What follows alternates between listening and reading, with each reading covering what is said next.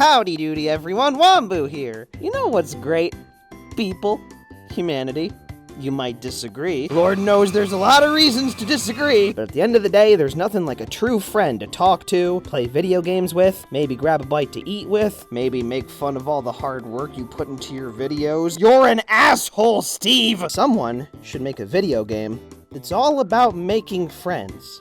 Forcefully, to help you solve puzzles and fight eldritch horrors.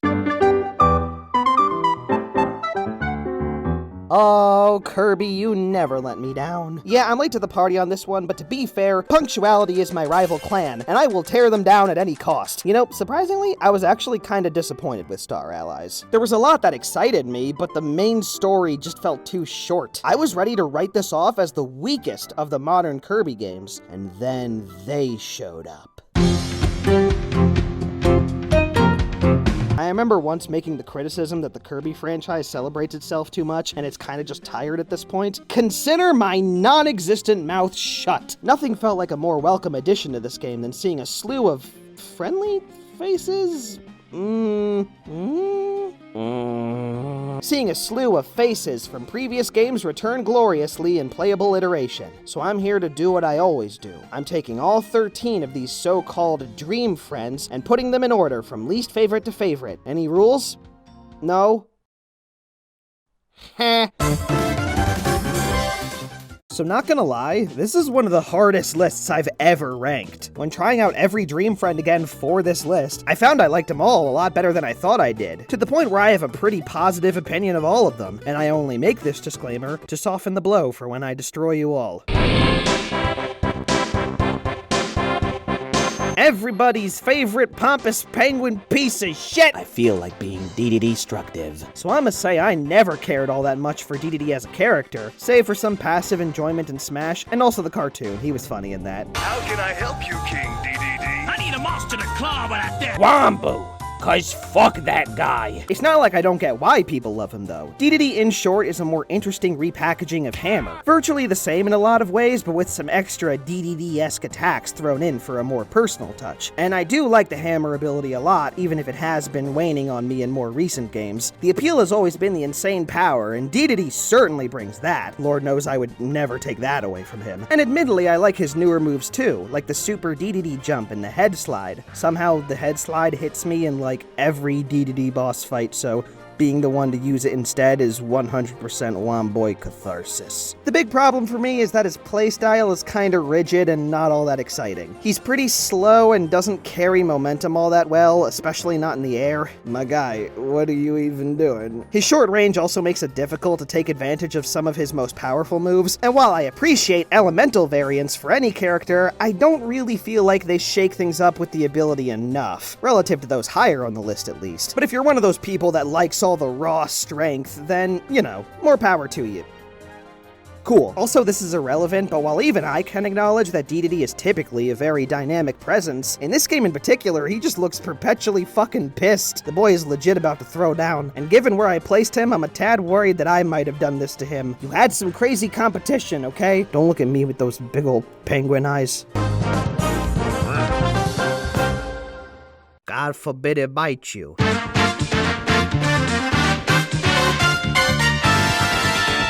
Spider bite hurt. Hurt, spider bite. That's 3 Wombu points to anyone who gets that reference. Damn it, Taranza, you were so close to being not second to last. You have a move that's just called Pop-Off. What the hell happened? Now, unlike DDD, Taranza is not a repackaging of an old ability. He's a repackaging of a new ability. And while I like Spider just fine, it definitely needed some more utility, which Taranza thankfully provides. Kinda. You get access to one element, and some of your attacks can go through walls, which... yeah, I guess that's pretty good. I think the most exciting part of Taranza is how much he plays with the geometry of the levels, and how much screen clearing potential he has as a result of it. You get moves like the Taranza ball that naturally bounce around, but then you can also web up normal enemies and go for a field goal with them. And if that's not enough, Taranza also summons the Phantom of Queen Sectonia, and it just fucks. But in spite of all that destructive power, Taranza's biggest issue is that so many of these moves leave him pretty stationary, or at least slow moving, and none of them really really combo into each other all that fluidly, rendering moves like the Dream Stalk or Web Hold as kinda just novel puzzle solvers compared to the bigger screen clears. Too much of the moveset is very one and done or just kinda situational, making for a character that's still fun, but not as satisfying as he could be. Even the friend bounce is kind of an underwhelming power. That's the opposite of what a web is supposed to do. You are a terrible spider, Terenza. So when I said that all the Dream Friends grew on me, I really meant it, because the 11 that remain are the ones that I truly do love a lot. And I have to live with the fact that a few of them are gonna rank near the bottom. But you know what? Let's not let that get in the way. We're gonna have the most positive number 11 out of 13 entry anyone's ever seen.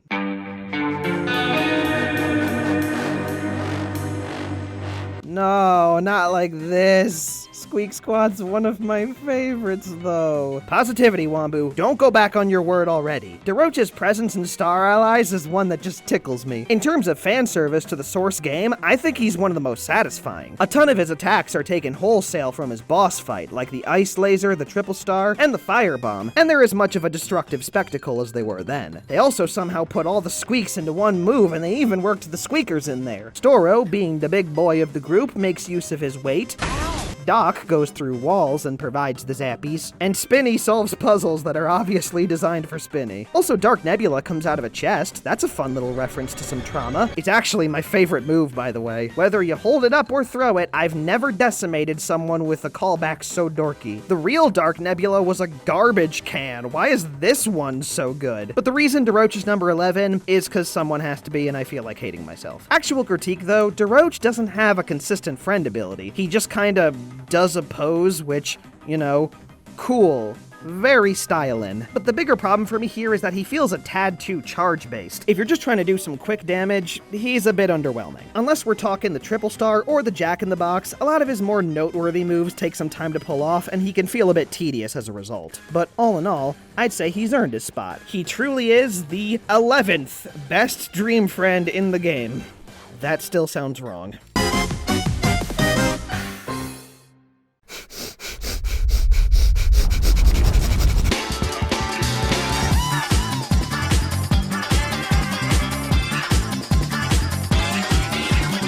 Oh, hi there. I haven't seen you around these parts since 2000. It's not like I missed you a lot. Standing tall as the proud reps of my favorite 64 title, and also Dreamland 3, technically. No character return was more joyous for me than this, and they even made the top 10. I'm so proud of you. This wasn't always the case, actually. When I first played them, I was remarkably underwhelmed. A partial repackaging of the artist ability with a lackluster, albeit faithful, dash attack, a kinda cumbersome standard move, and more damage taken. Clearly, they didn't do my girl justice. Until I remembered. Oh yeah, first impressions are everything. Wrong with the world. They're dumb and wrong, and Adeline is actually amazing. Big reason? I'm Alfresco, Ace. It's one of, if not the only, team healing move amongst the Dream Friends. I think I have that right? I hope I have that right. Regardless, it's one hell of a lifesaver at the best of times. Another big reason, Ribbon's offerings to the moveset aren't too bad. Fairy Dance is a cute and useful anti-air, and there's also a nice aerial projectile in the Crystal Gun, which is certainly a reference. Anyway, the two characters mix together super well, leaving pretty much no reason to create an individual ranking for them, Ribbon Adeline, but the big game changer here is the Otto's Painter move, where Adeline creates and mounts mini-bosses from her Dreamland 3 fight, namely Krako, Ice Dragon, and Wayu. Each of these three are the biggest source of power, utility, and defense that the duo has got. Krako gets free range of movement, plus some radial zapping moves. Ice Dragon is a close quarters powerhouse with some handy freezing moves, and Wayu is a jumpy ninja that's heavy on projectiles. All three are crazy destructive in the right hands, and have their own specific practical uses, leaving no real reason to rank them individually, Wayu, Krako, Ice Dragon, and while they all dissipate in just one hit, it's of no consequence whatsoever to your HP, turning an otherwise frail character into one with some really good survivability. Honestly, the biggest issue might just be that the duo is too reliant on the Ados Painter drawings. If the default moveset in general was built on these guys, it could maybe be more cohesive and excused as a thematic element of the character as a whole, but as is, they're all a part of the same move, and that can feel a tiny bit awkward. Disregarding that, Adeline is a beautiful being, and if you say anything bad about her, I'll fucking eradicate you. You're nothing compared to her, okay? Nothing. Seriously though, I tried not to be too biased, because Adeline could have honestly been the worst character ever, and I'd still be overjoyed about this. Don't you ever leave again. I made this list so that some of my close affiliates would hate me.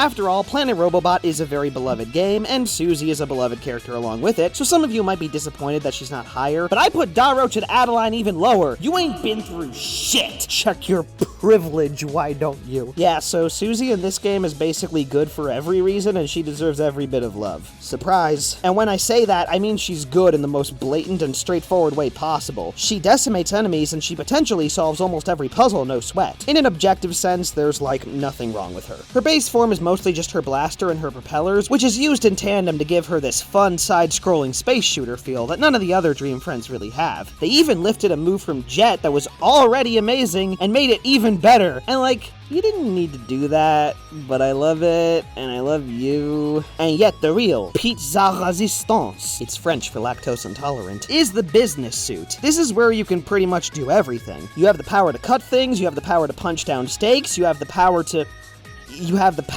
and remember that everything I've brought up can be modulated with the different elements, and it actually does change up the properties quite a lot. Bluster basically allows the mech to fly, Simmer gives her a straight-up flamethrower, and Zap, it's nasty, just take my word on that one. Even her little headpiece changes, which don't mean shit, it's just really cute. My main criticism of Susie, however, is that she's kinda just a little too straightforward. Once it clicks that this is just that but in the air, and all of this is basically just one move, you get the full course pretty quickly. And being honest, the drill bit and driver slam do have their uses, but if you're in the mech, then you're mostly just using the spin cycle constantly. Also, I'm not exactly saying this is a problem for me, but hypothetically, if someone were to complain about how often you have to switch the mech on and off, I don't know if I would agree necessarily, but I can't exactly say that I would 100% disagree with it either. I mean, it certainly doesn't bother me all that much, but if it ended up being a deal breaker for someone else, I wouldn't exactly be inclined to convince them otherwise, and can you still hear me from this hole I've dug myself in? Okay, cool. Basically what I mean is, Susie is good. This is irrefutable objectivity, and media criticism is in shambles. Moving on.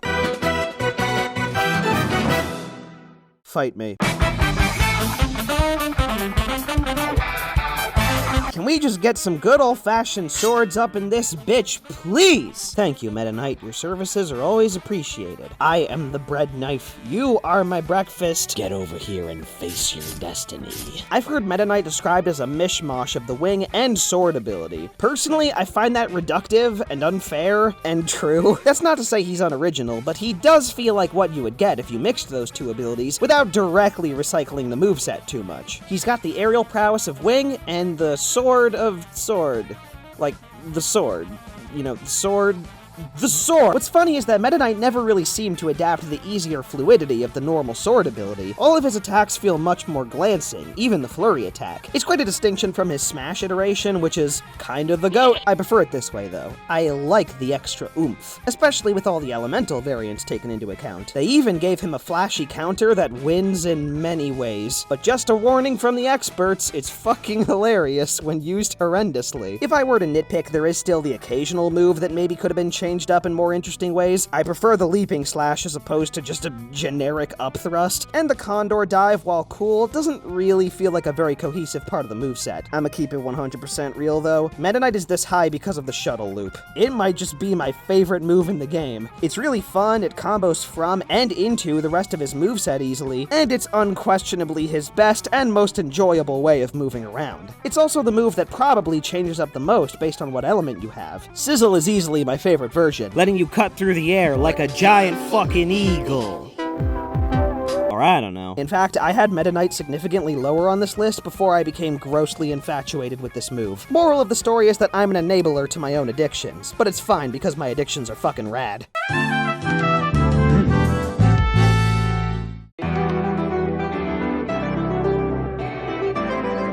Now hold on.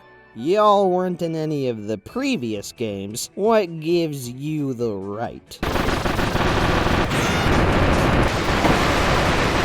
Well, that's just excessive. I'll take it. One of the funner things about the concept of the Dream Friends is seeing previous antagonists from the series come back in playable fashions, with stripped back but still nutty movesets from their boss fights. They didn't give 2 iotas of a shit about the Mage Sisters, though. Their moves are exactly like their boss fights, minus a lot of the startup times, so they're even better. It's genuinely the most insane power trip out of any Dream Friend. 3 boss characters, all with their own unique moveset, but all with ridiculous power, area coverage, and crazy command over the elements, topped with the power to switch to any one at any time. There's Francisca, who uses ice and has some of the more ridiculous ranged moves. Flamberge has a brutal fire sword that can straight up fling enemies, and then there's electricity with Zan Partizan, who's the fastest and also has utterly disrespectful reach. All of them are really good individually, but someone, for some reason, decided it was fair to put them as part of the same package, leaving no reason for anyone like me to rank them individually, Flamberge and Francisca. You know what's really missing, though? A screen-clearing friend attack that you don't even need allies to pull off. That is so required. To be totally fair, this is their debut game, so why not make them this dominant, I suppose? Let me lay it down for you, though. You've got a normal kill, and then you've got overkill, and then you've got extinction, and then you've got planetary level annihilation, and then you've got the 3 Mage Sisters. Oh my god. The first Wave 1 DLC Dream Friend I've touched on so far, and he's in the top 6. Don't think the contention of an entry like this is lost on me. I know a lot of people would slot Gooey among the worst of the Dream Friends. I put him this high as a power move. Gooey deserves love and nurturing and honor. So let's start with what everyone doesn't like about him. Most of his moves are taken from other abilities. His tongue is basically just whip, the fireball is taken from the burning ability, Stone Gooey is from stone, even his friend moves are shared with fighting, suplex, and, again, stone. He's a scattered mixture of other abilities with not even a fresh coat of paint, just a pair of great googly peepers glued on. It's not stealing, it's sampling. I'm sorry your intellect isn't high enough to understand art. I take the piss, but make no mistake. I am legitimately vouching for this design choice. Gooey was the second player to Kirby. He had mostly the same powers, so for him to take moves from other copy abilities, it's in character, it makes sense. The wider justification here, however, is that aside from fighting, the abilities he stole from are all conceptually interesting, but sorta boring in execution. Maybe you love the moves that are taken from whip and stone, but when they're the foundation for an entire ability, it leaves them feeling mostly situational. With Gooey, though, it's just another move, so you get the practical application and chaotic fun of several abilities put into just one guy, and also made funnier. You can make jabs at the tongue all you like, but who else can take an electric saw blade and it out of existence? I ask you. It's not like Gooey is totally void of originality, though. He can also fly through the air and fire zappy projectiles everywhere, because it turns out he's a Dark Matters. Seriously, it's the closest we get to playing as Dark Matter, and it came from goddamn Gooey. It gives him some interesting and fairly unique aerial mechanics, so whatever, I guess I'll take it. If there's one thing I don't entirely get, it's that Pitch, Choo-Choo, and Nago probably could have been incorporated into Gooey's moveset fairly easily, and with sensible reasoning, but for some reason they were relegated to the clean ability instead. It probably would have abated a lot of the criticisms I talked about earlier, but I really like the googly blob of rehashed abilities that no one likes. For the 3 other Gooey fans watching, today is our day. Look, I have my biases, but I tried to be as honest as possible with this list. It took all of my mental energy not to rank certain friends higher up, specifically because they were repping some of my favorite games. This is why Squeak Squad and Crystal Shards unfortunately ranked relatively low, and if I had to do that one more time, I don't think I would have been able to take it. Return to Dreamland? I'm so glad you came through.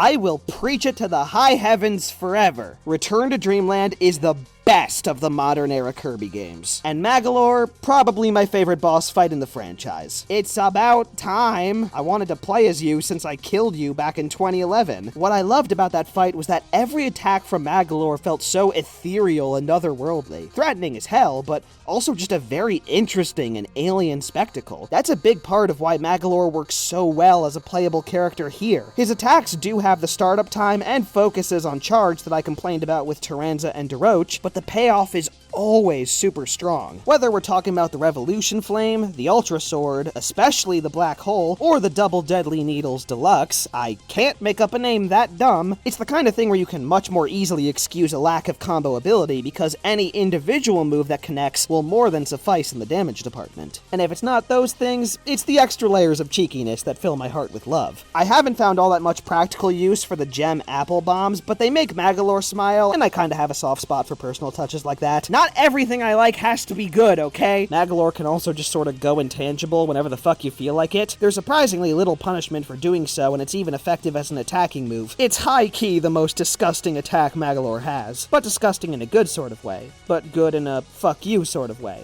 But fuck you in an I love you sort of way. The Lore Star Cutter! Magolor in love. Oh my fucking god. I forgive you for everything, Magolor. The whole Master Crown thing? Water under the bridge. It's like the old saying goes, your enemy today could be your friend in 8 years. This is truly the best timeline.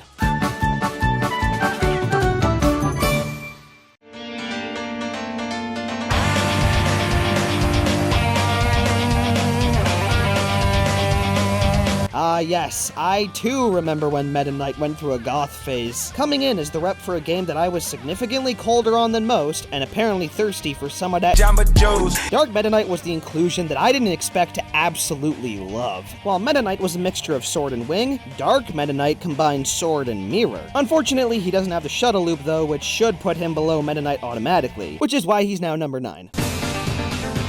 To give Dark Meta Knight a lot of credit though, he's one of the most satisfying iterations of a sword ability that we've gotten in a long time. He's got that same glancing power I commended with normal Meta Knight as well as the elemental variants, but he's also got some good range and combo ability with generally more flair. Just take a look at Dark Caliber. Hey yo, calm down my guy. Yeah, I guess the lack of shuttle loop ain't a huge deal when you've got everything else going for you. You know what? Bump him up to number 8. Wait, make it number 8 Echo, because Meta Knight was also number 8. Perfect. Funny thing is, he doesn't actually play all that much like Meta Knight in spite of having pretty much the same weapon. It turns out the influence of Mirror is pretty huge, giving him access to more elaborate AoE moves and being able to use mirror portals to duplicate and extend the blade way beyond its natural reach. It's quite an enhancement to the defense as well. After all, we are talking about mirrors in a Nintendo game. What do you think they do? If your answer was reflect projectiles, then congratulations. You don't live under a rock! It might be obvious, but it's still a large part of his appeal. Overwhelm your enemies with crazy slashes at every angle, while also having that option to turn your foe's attacks against them. You know, I think he actually is kinda better than normal Meta Knight after all, so I've decided to give him the honorary spot of my favorite number, which is 4. See, that makes a ton of sense. I should have just started with that. Hey, maybe a Dark Wombu would have been able to pull this off better. Hey everyone, Dark Wombu here, and today we're gonna be counting up my bottom 10 best materials. Metal is a material that one Never mind, this was a dumb idea. Moving on. Fucking duh.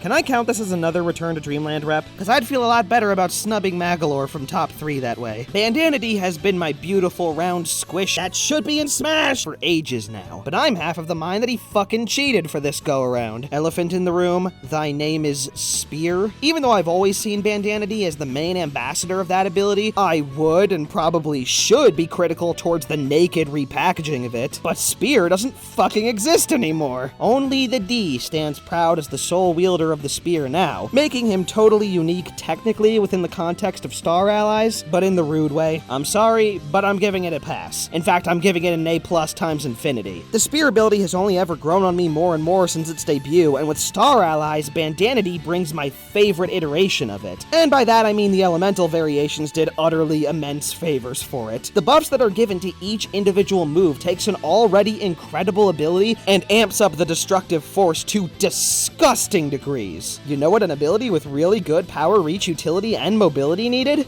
More power, reach, utility, and mobility. It's fucking dumb. But I mean it when I say that every element has some highlights within Bandana D's moveset. From the zap version of spear throw, to the bluster version of moondrop, to the sizzle version of ground thrust, which is in and of itself a new move, to every version of waddlecopter, and yes, I learned in recent time that this move is in fact called the waddlecopter, which is just lovely. I'm kinda at a loss for what to add. I've sung the praises of the spear ability before, and I've been enamored with Bandana D from day one. So while I'm not really one to call back to previous videos, I'm gonna bust out an oldie for you guys just this one time. That's fucking bullshit! I love it. And here's where my rankings basically become completely arbitrary. Figuring out which of the remaining two characters would take the top spot was pretty much the hardest thing I've ever had to rank on a list before. I went back and forth, over and over again, deliberating on this with friend after friend, and eventually I decided that I like both the fucking same and that this was an impossible feat. They both pretty much get the gold in my eyes, but Womboy ain't about to cop out at the top two. Who do you think I is? Eventually I did find a factor that I hadn't considered with any other Dream Friends, because while I fell in love with one right away, the other had to take some more time to grow on me. That's how I split the tie, and how this friend ended up here.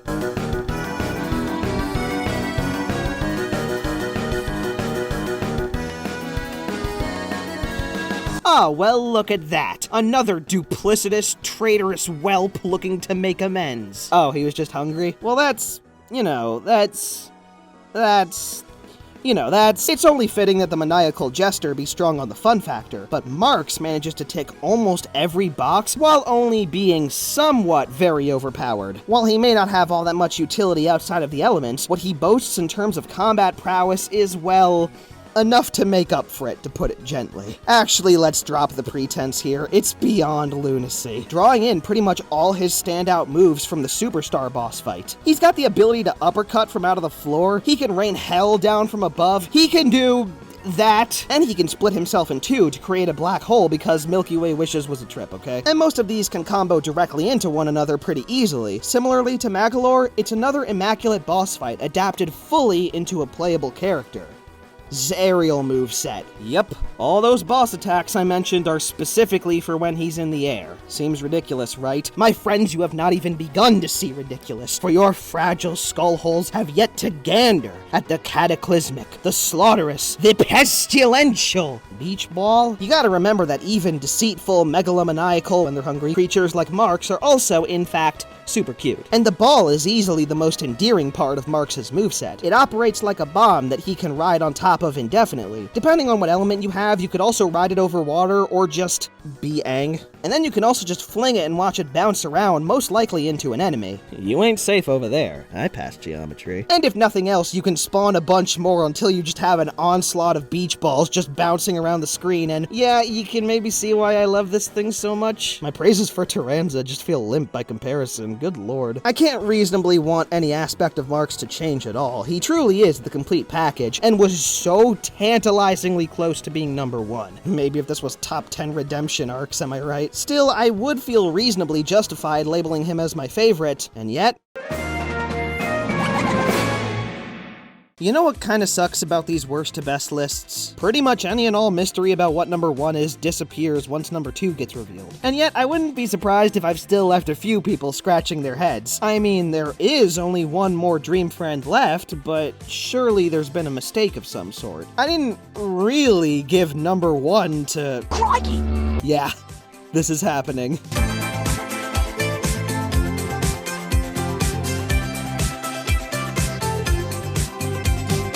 I know I'm gonna get some mixed responses to this, but I'm in a sack, so I can't hear any of it. Rick and Kine and Ku, yes, that is the full name, didn't exactly hop on board with the most flashy or overpowered moveset, and yet the innocuous animal trio pulled the W because they topped the fun scale. Nay, they raised the fun scale. Rick, Kine, and Ku played into a part of me that no other Dream Friend did quite as effectively, namely the desire to be a dang old goobus. Gooey got close, but not quite to this level. Every tool in the kit has some sort of hilariously exploitable usage. There's Ku's infectious tornado move that combos immediately into Kine, who decimates groups of enemies and electric buzzsaws by virtue of being a fish. Rick turns into a boulder that makes him immune to just fucking everything. Here's the pro strategy, though. Just jump on all the attacks. Even the goddamn Gordos somehow. Would I call it a technically powerful moveset? Not really. In fact, it made me prone to gaffes like no other. Like accidentally freezing myself underwater but killing all the enemies regardless. Or the many times in which my teammates accidentally curling stoned me towards danger. But really, the instability just feels more thrilling. Mistakes like that are just kind of endearing. That's right, your fuck-ups only make my opinion more wrong! But you know what's better than a dumb moveset? A dumb moveset that is actually super useful. Working its way into this goddamn circus act of a character is surprisingly boundless utility, with a number of nifty problem solvers and really easy access to 3 elements. Okay, technically they have 4, but Blizzard is a bit of a complicated story. Regardless, it makes them super convenient as partners, whether controlled by AI or another player. But that's just the icing on the cake at this point. The cake itself is the level of amusement I have for them. Sometimes it takes the right character to bring a player into their own, and these guys are the full embracement of goofiness that I needed. The competition was stiff, but this time, dumb fun won out. Rick and Kine and Ku, together, a perfect unit of inanity.